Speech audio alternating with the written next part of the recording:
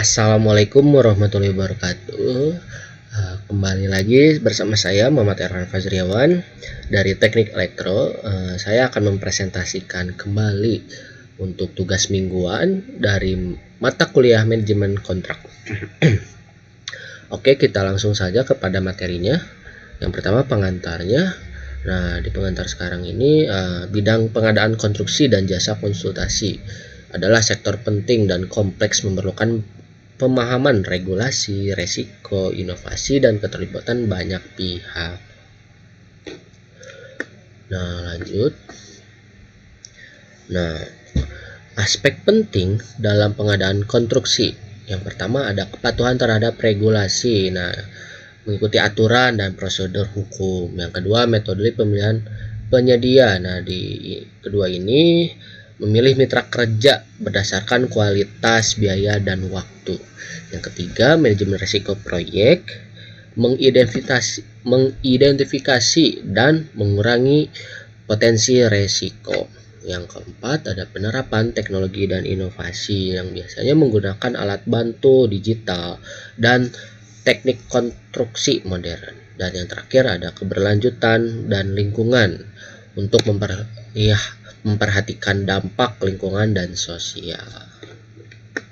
Oke, kita lanjut. Di materi selanjutnya ada digitalisasi dalam pengadaan konstruksi. Nah, teknologi digital meningkatkan efisiensi dan transparansi pengadaan.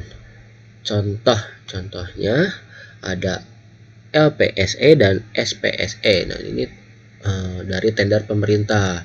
Untuk yang kedua ada e-katalog LKPP, biasanya pembelian langsung. Sistemnya pembelian langsung. Untuk yang di atas itu biasanya platform lelang elektronik. Nah, selanjutnya ada manfaatnya. Nah, manfaatnya transparansi untuk meningkatkan efisiensi waktu dan biaya, efisiensi minimalkan intervensi manual, dan yang terakhir kompetisi sehat untuk mendorong persaingan sehat. Oke, selanjutnya ada manajemen risiko proyek, konstruksi jenis risiko. Nah, yang ada finansial, teknis, lingkungan, hukum, dan manajemen. Nah, biasanya di finansial ini adalah anggarannya membengkak.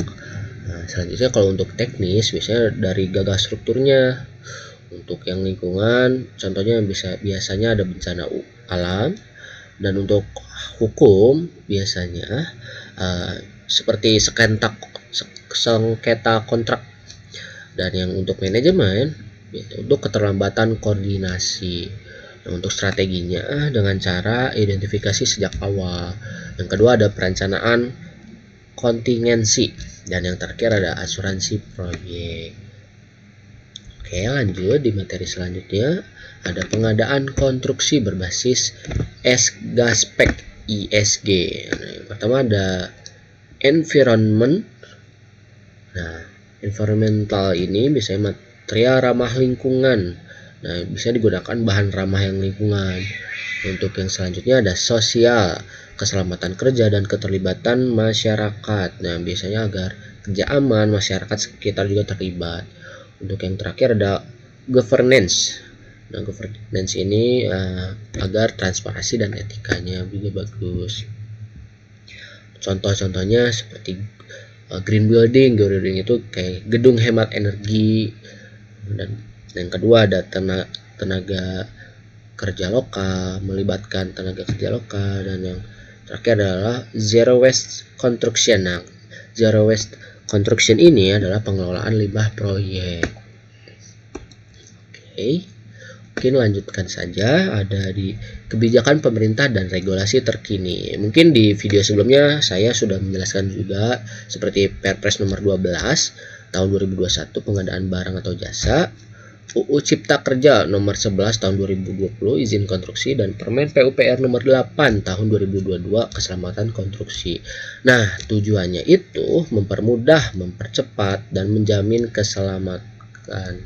Nah, di Perpres tadi isinya kayak tata cara pengadaannya, yang kedua ada penyederhanaan izinnya, dan yang terakhir itu ada standar keselamatannya. Nah, tujuannya juga ada mempercepat pembangunan dan tetap aman dan legal gitu.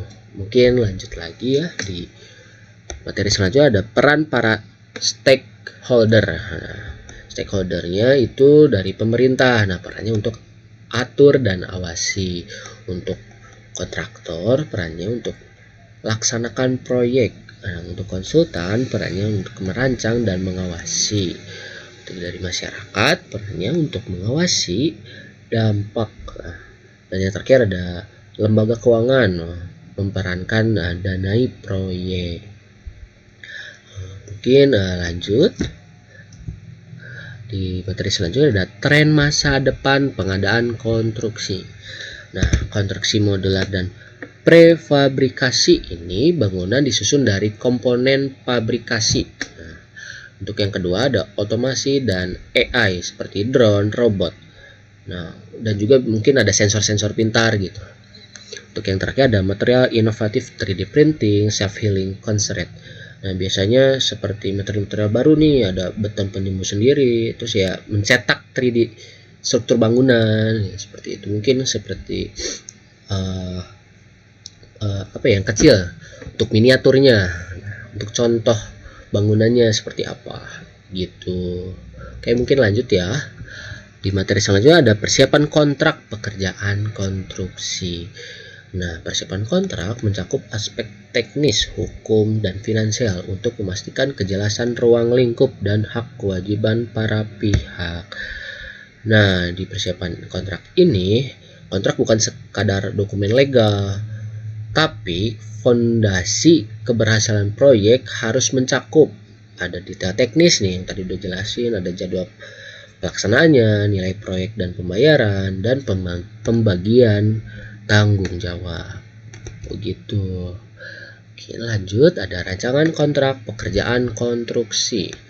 Nah, di rancangan kontrak adalah draft awal berisi ketentuan utama proyek. Yang pertama, spesifikasi teknis. Nah, spesifikasi teknis ini bisa deskripsi pekerjaannya seperti apa.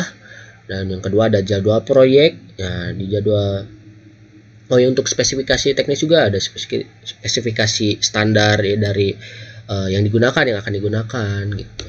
Terus jadwal proyeknya, lalu dan metode pembayarannya, skema pembayarannya, dan mungkin ada aturan penalti keterlambatan pembayaran. Nah, itu untuk rancangan kontraknya agar si kontrak itu tegas gitu, ada fleksibel tapi tegas. Begitu. Mungkin lanjut ya di tujuan penyusunan kontrak konstruksi. Nah, kita juga harus menghindari atau mencegah sengketa.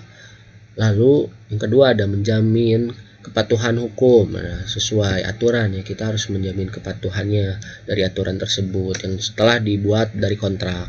Yang ketiga ada menentukan cakupan dan kewajiban.